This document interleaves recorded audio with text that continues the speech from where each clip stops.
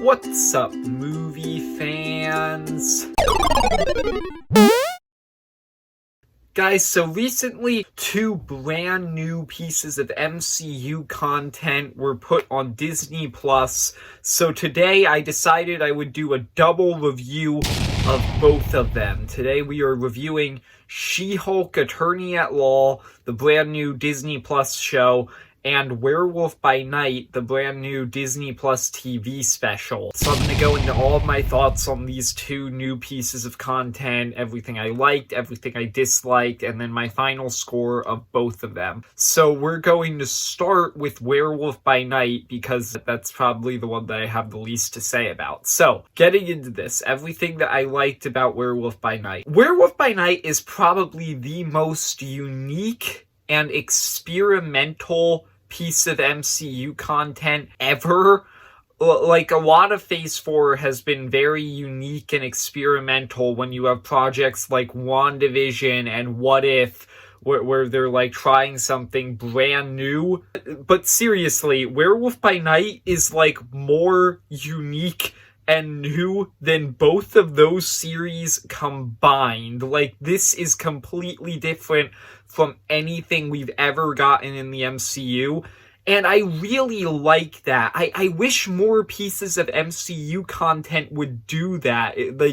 That they would give us something completely new and something completely different from anything that we've seen before. That's cool to do every once in a while. And I think Werewolf by Night pulls it off perfectly. It's trying to be like this homage to cheesy old monster movies. It's all in black and white. A lot of it is like very over the top, and I think that it's very well done. I really liked how like corny this got at times. I really enjoyed what they did with this special, but I also thought that it did actually have like horror elements to it, shockingly enough. Like, especially towards the ending where the werewolf Jack just goes absolutely insane and massacres all of the guards, and you get easily more blood than we have ever seen in the MCU up until this point.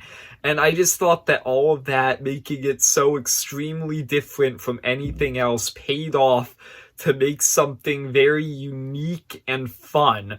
And I also thought that this special had some pretty great characters in it that had a lot of depth to them.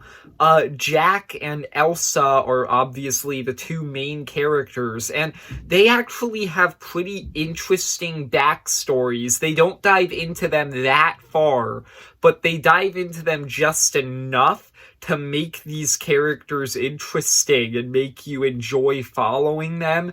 And so I just really enjoyed these two new characters. I think that they're great new additions to the MCU, and I really hope that we get to see them more in the future, because this is just a 50-minute special, so they didn't really get to flesh them out that much. So I really hope that they come back at some point in the future of the MCU. Getting into the things that I didn't like, because there are a few things about Werewolf by Night that I didn't like. One thing in particular, and that is, I'm very disappointed that the special is only 50 minutes long, because it's really fun and new within the MCU. It explores this completely new side of the MCU that we've never seen before, but I feel like it only scratched the surface. Imagine what you could do in like an hour and a half, or like even 2 hours, because this is only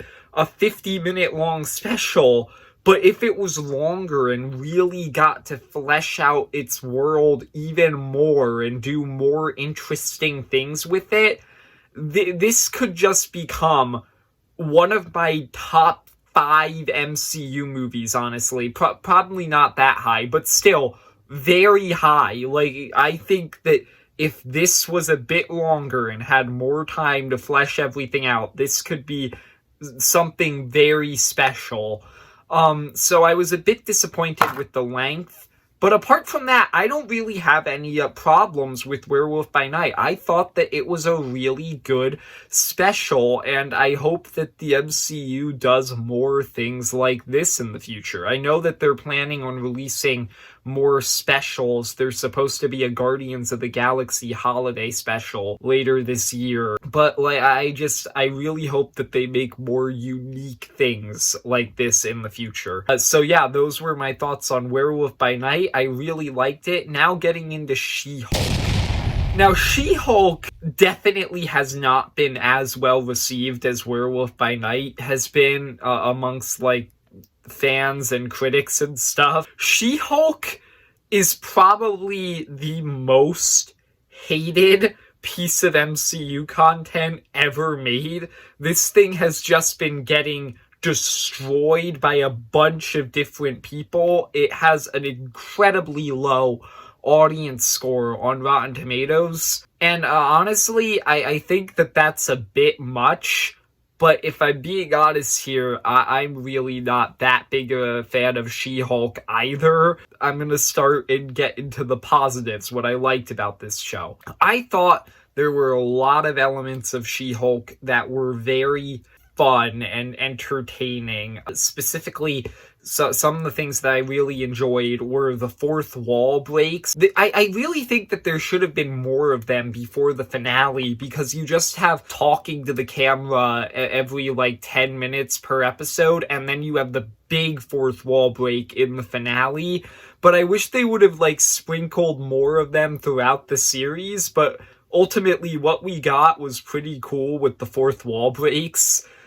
And that finale was hilarious. I understand why a lot of people didn't like the fourth wall break in the finale, but I thought that it was hilarious. I loved it. I love the idea of a character who's supposed to be as self-aware and meta as She-Hulk just straight up exiting her show and telling Kevin, this robot who's supposed to be Kevin Feige, that he needs to write a better ending for her show.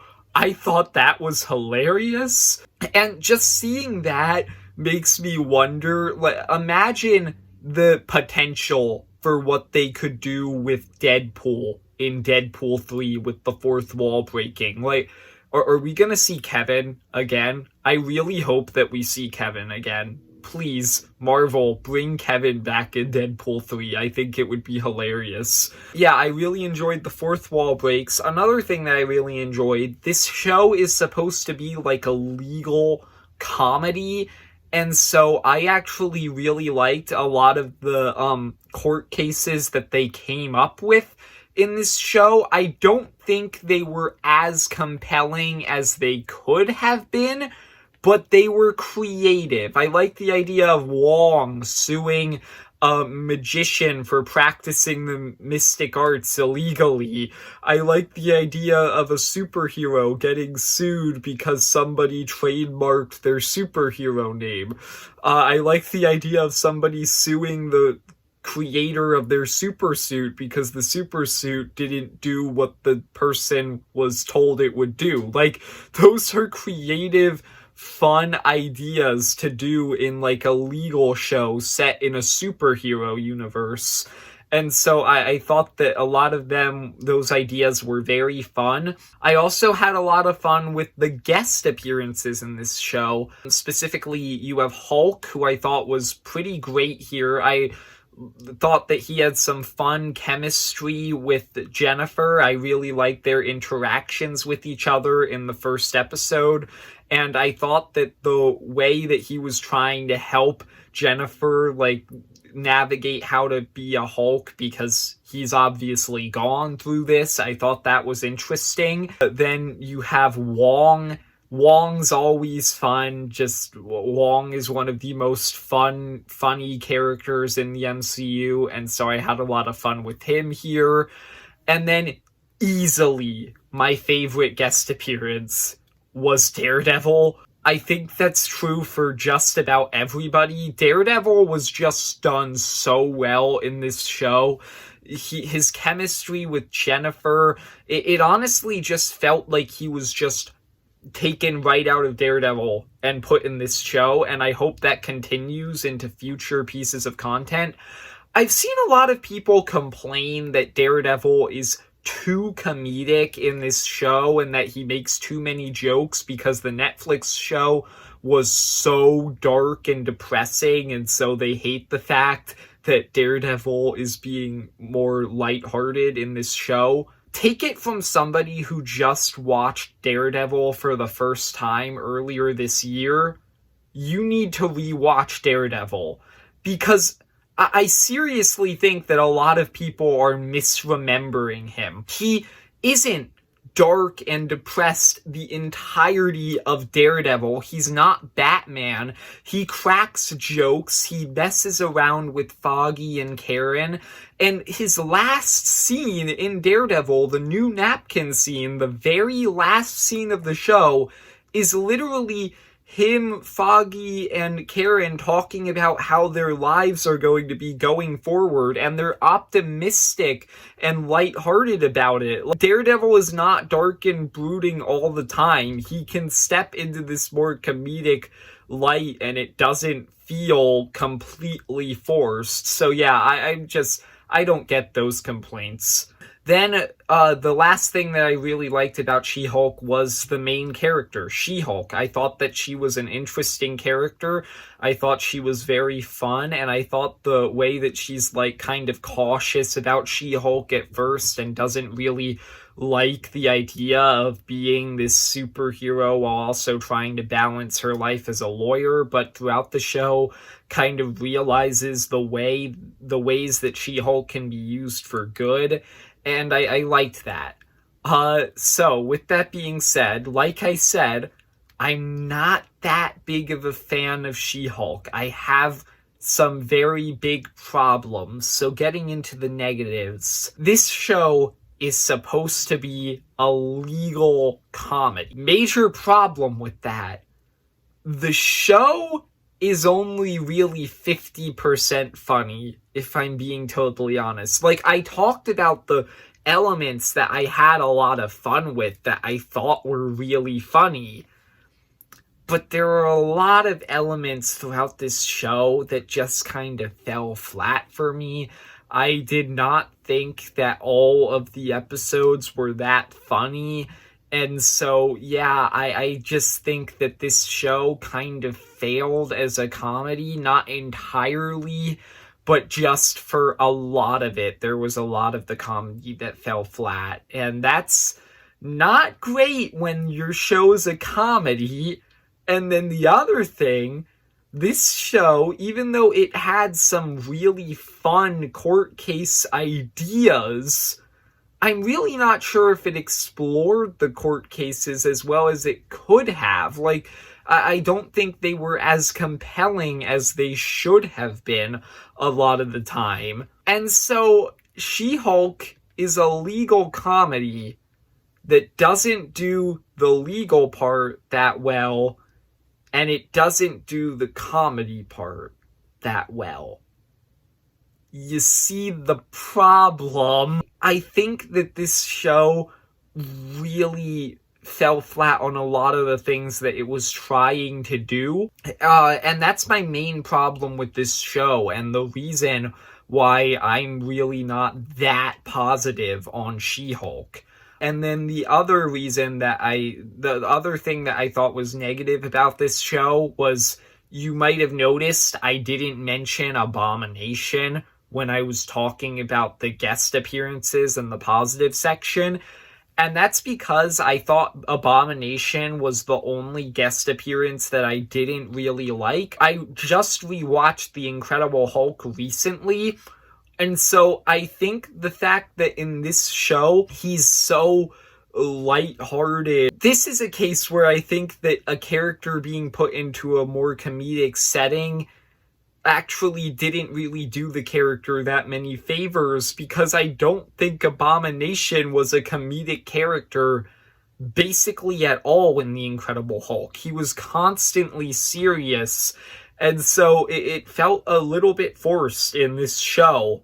And then also, I think the idea of making it so that now he's like no longer a villain and he's just a motivational speaker and a therapist, I think that's a bit ridiculous. Like, in The Incredible Hulk, he was straight up psychopathic. Even before he took the super soldier serum that messed with his brain, he was still a psychopath. One of the first things that you see him do in The Incredible Hulk is literally shoot a dog.